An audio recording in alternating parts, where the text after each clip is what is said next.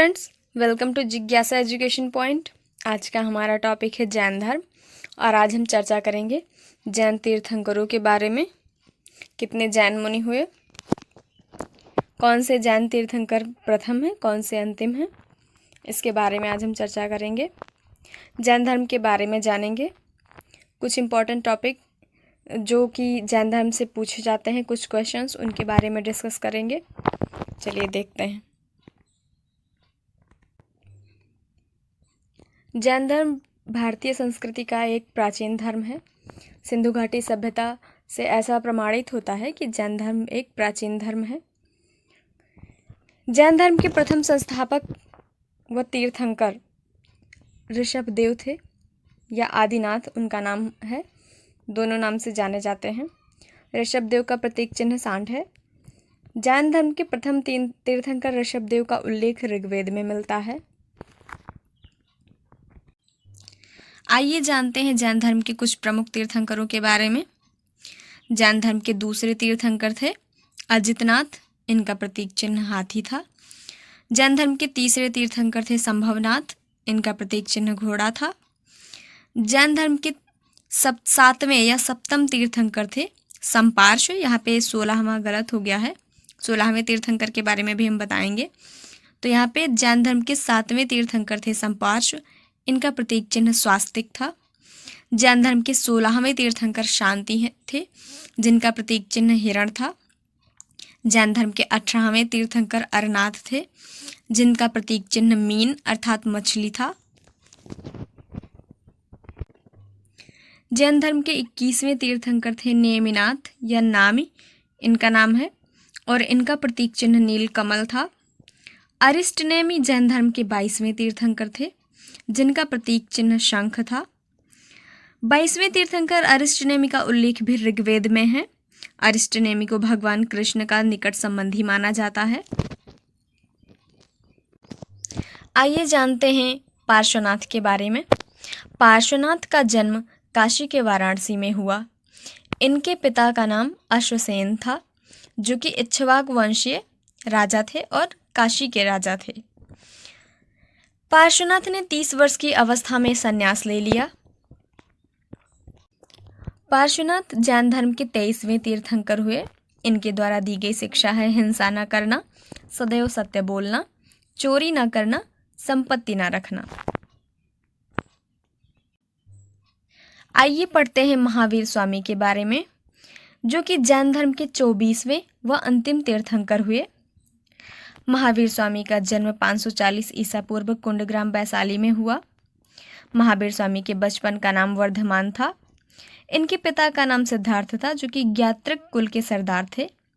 महावीर स्वामी की माता का नाम त्रिशला था, जो कि लिच्छवी राजा चेटक की बहन थी। महावीर की पत्नी का नाम यशोदा था। महावीर स्वामी की एक पुत्री थी, जिनका नाम अन्योजा प्रियदर्शनी था। महावीर स्वामी ने माता पिता की मृत्यु के पश्चात 30 वर्ष की अवस्था में संन्यास जीवन को स्वीकारा। महावीर स्वामी ने 12 वर्षों की कठिन तपस्या की। उसके बाद इनको कैवल्य अर्थात ज्ञान की प्राप्ति हुई। महावीर स्वामी की तपस्थली जृंभिक के पास है। जृंभिक की रजुपालिका नदी के तट पर साल वृक्ष के नीचे महावीर स्वामी को 12 वर्षों की कठिन तपस्या के बाद जो है ज्ञान की प्राप्ति हुई। ज्ञान को जैन धर्म में कैवल्य नाम से जाना जाता है। ज्ञान का अर्थ होता है कैवल्य। कैवल्य प्राप्ति के बाद अर्थात ज्ञान प्राप्ति के बाद महावीर जिन, अरहत, निर्ग्रंथ कहलाए। जिन का अर्थ होता है विजेता अर्थात अपने इंद्रियों पर विजय प्राप्त कर लेना। अरहत का अर्थ होता है पूज्य। निर्ग्रंथ का अर्थ होता है बंधनहीन। महावीर स्वामी के उपदेश की भाषा प्राकृत या अर्धमागधी में है। महावीर स्वामी के प्रथम अनुयायी जामिल थे, जो कि इनके दामाद थे। महावीर स्वामी की प्रथम जैन भिक्षुणी चंपा थी, जो कि नरेश दधिवाहन की पुत्री थी। महावीर स्वामी के भिक्षुणी संघ की प्रधान चंदना थी। यहाँ पे चंपा गलत से टाइप हो गया है गलती से। महावीर स्वामी की भिक्षुणी संघ की प्रधान जो है वो चंदना थी। जैन धर्म को 2 भागों में बांटा गया या जैन धर्म 2 भागों में बट गया, इस टॉपिक पर हम बाद में बात करेंगे। और इस पे विशेष हम डिटेल में चर्चा इस पे करेंगे। आइए जानते हैं जैन धर्म के त्रिरत्न। जैन धर्म के त्रिरत्न है सम्यक दर्शन, सम्यक ज्ञान, सम्यक आचरण या चरित्र। त्रिरत्न से जो 5 महाव्रत निकलते हैं उनके बारे में जानेंगे। जैन धर्म के 5 महाव्रत हैं अहिंसा, सत्यवचन, अस्तेय, अपरिग्रह और ब्रह्मचर्य। यहाँ पे ब्रह्मचर्य नहीं है, मिसिंग है, और सत्य और वचन अलग अलग हो गया है, ये गलत है। 5 महाव्रत इस प्रकार हैं, आप सुन लेंगे ध्यान से कि 5 महाव्रत इस प्रकार हैं। 5 महाव्रत इस प्रकार हैं, जान लेंगे। अहिंसा, सत्यवचन, अस्तेय, अपरिग्रह व ब्रह्मचर्य। जैन धर्म में ईश्वर की मान्यता नहीं है, जैन धर्म में आत्मा की मान्यता है। महावीर स्वामी जन्म, पुनर्जन्म और कर्मवाद में विश्वास करते थे। जैन धर्म के सप्तभंगी ज्ञान के अन्य नाम स्यादवाद व अनेकांतवाद हैं। जैन धर्म ने अपने आध्यात्मिक विचारों को सांख्य दर्शन से ग्रहण किया है। आइए जान लेते हैं कि जैन धर्म 2 भागों में कब बटा, क्यों बटा। इससे पहले हम महावीर स्वामी के निर्वाण प्राप्ति से संबंधित बात को लाएंगे। महावीर स्वामी को निर्वाण 72 वर्ष की आयु में प्राप्त हुआ।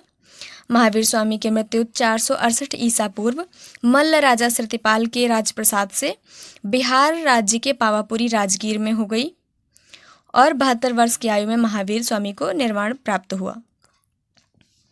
इसके बाद जानेंगे जैन धर्म 2 भागों में कैसे बटा। महावीर स्वामी के 11 गणधर थे या मुख्य शिष्य थे। जैन में गणधर शब्द का प्रयोग किया जाता है और हम हिंदी में इसको समझेंगे मुख्य शिष्य।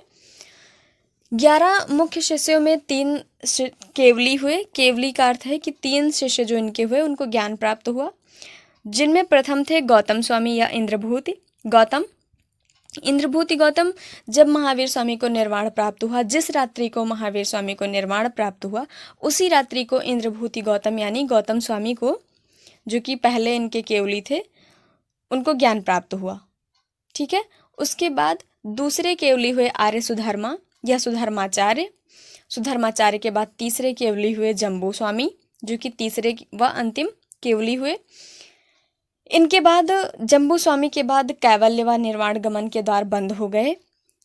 इसके पश्चात 100 वर्षों में संपूर्ण द्वादशांग के ज्ञाता जो हुए, द्वादशांग यानी कि 12 अंगों के ज्ञाता जो हुए, वो 5 श्रुत केवली हुए। जिससे कि केवली के बारे में हमने पढ़ा कि स्वामी महावीर स्वामी के जो 11 मुख्य शिष्य थे उनमें 3 केवली हुए। उसके बाद जो अंतिम केवली थे वो थे जम्बू स्वामी, और इनके बाद जो हुए वो 5 श्रुत केवली हुए। वो भी 100 वर्षों में जो द्वादशांग के ज्ञाता थे वो 5 श्रुत केवली हुए, जो कि हैं गोवर्धन महामुनि, विष्णु, नंदीमित्र, अपराजित व भद्रबाहु। भद्रबाहु इसलिए इम्पॉर्टेंट है क्योंकि भद्रबाहु के बाद ही जैन धर्म 2 भागों में बटा, और भद्रबाहु श्रुत केवली जो 5 श्रुत केवली हुए उसमें अंतिम व 5वें श्रुत केवली भद्रबाहु ही थे। आइए जानते हैं भद्रबाहु के बारे में। भद्रबाहु सुप्रसिद्ध जैन आचार्य थे जो दिगंबर और श्वेतांबर दोनों संप्रदायों द्वारा अंतिम श्रुत केवली माने जाते हैं। भद्रबाहु जो कि चंद्रगुप्त मौर्य के गुरु थे। चंद्रगुप्त के शासनकाल में 12 वर्षीय अकाल पड़ने के कारण भद्रबाहु के शिष्य संघ विशाखाचार्य संघ को लेकर पुन्नार चले गए, जबकि रामिल, स्थूलभद्र और भद्राचार्य सिंधु देश चले गए। अकाल समाप्त होने पर जैन श्रमणों का एक सम्मेलन बुलाया गया, जिसे प्रथम जैन संगीति कहा जाता है। इसका आयोजन 300 ईसा पूर्व पाटलिपुत्र में हुआ, जिसकी अध्यक्षता स्थूलभद्र ने की। जैन धर्म में 2 संगीति हुई हैं, उन दोनों के बारे में चर्चा करेंगे, लेकिन अभी हम इसको देखेंगे। तो इसकी अध्यक्षता स्थूलभद्र ने की। जैन धर्म की प्रथम संगीति, जिसको जो जैन श्रमणों का प्रथम सम्मेलन बुलाया गया, जिसे जैन धर्म की प्रथम संगीति कहा जाता है, और इसका आयोजन 300 ईसा पूर्व हुआ पाटलिपुत्र में, और इसकी अध्यक्षता स्थूलभद्र ने की। भद्रबाहु के शिष्य विशाखाचार्य व जैन भिक्षु स्थूलभद्र, जो कि इनके मध्य क्या हुआ, मतभेद हो गया, और इनके मध्य मतभेद होने के कारण जैन धर्म 2 मतों में बट गया। एक दिगंबर जो कि नग्न रहने वाले हैं, दूसरा श्वेतांबर जो कि श्वेत वस्त्र धारण करने वाले हैं। दिगंबर वे कहलाए जो भद्रबाहु या विशाखाचार्य के शिष्य थे, जो उनके नियमों का पालन करते थे, वह दिगंबर कहलाए। जो स्थूलभद्र के शिष्य थे, स्थूलभद्र के नियमों का पालन करते थे, वह श्वेतांबर कहलाए और यहीं से स्थूलभद्र को श्वेतांबर जैन मत का जनक माना जाने लगा। तो इस तरह हमने जाना कि जैन मत कैसे, जैन धर्म दो मतों में बटा। इसके आगे हम जानते हैं कुछ और बातें, जैसे कि कल्पसूत्र भाद्रबाहु की रचना है जो कि जैन तीर्थंकरों की जीवनी है। आइए जानते हैं और कुछ विशेष बातें जैन धर्म के बारे में। जैन धर्म से संबंधित कुछ निर्माण पढ़ेंगे, जैसे कि गंगवंशी राजा राजमल्ल के मंत्री व सेनापति तथा सिद्धांत चक्रवर्ती नेमिचंद्र के गुरु चामुंडराय ने अरिष्ट नेमि का भव्य देवालय तथा कर्नाटक के श्रवणबेलगोला में बाहुबली गोमतेश्वर की मूर्ति का निर्माण कराया। गोमतेश्वर की प्रतिमा कायोत्सर्ग मुद्रा में है। यह मूर्ति 18 मीटर ऊंची है तथा एक ही चट्टान को काटकर बनाई गई है। इसकी यह विशेषता है कि यह एक ही चट्टान को काटकर बनाई गई है। आइए और टॉपिक जानते हैं जैन धर्म के बारे में। इस टॉपिक के बारे में और डिटेल में जानते हैं। खजुराहो में जैन मंदिरों का निर्माण चंदेल शासकों ने करवाया। मौर्योत्तर युग में मथुरा जैन धर्म का प्रसिद्ध केंद्र था। मथुरा कला का संबंध भी जैन धर्म से है। जैन धर्म के मानने वाले जो प्रमुख राजा थे वे थे उदयन, वंद राजा चंद्रगुप्त मौर्य, कलिंग नरेश खारवेल, राष्ट्रकूट राजा अमोघवर्ष और चंदेल शासक। तो ये जो राजा थे ये जैन धर्म को मानते थे। चंद्रगुप्त मौर्य के शासन के बाद उनके जो पौत्र हुए अशोक, उन्होंने बौद्ध धर्म को अपनाया और उनके जो प्रपौत्र हुए संप्रति, उन्होंने फिर से जैन धर्म को जो है स्थापित किया और जैन धर्म का काफ़ी प्रचार प्रसार किया। तो ये जो जानकारी थी जैन धर्म के बारे में ये मैंने आपको दी। मुझे आशा है कि आपको ये टॉपिक अच्छा लगेगा और ये वीडियो अच्छा लगेगा। आपको वीडियो अच्छी लगे तो लाइक शेयर सब्सक्राइब करें। मिलते हैं अगले वीडियो में। Thank you so much.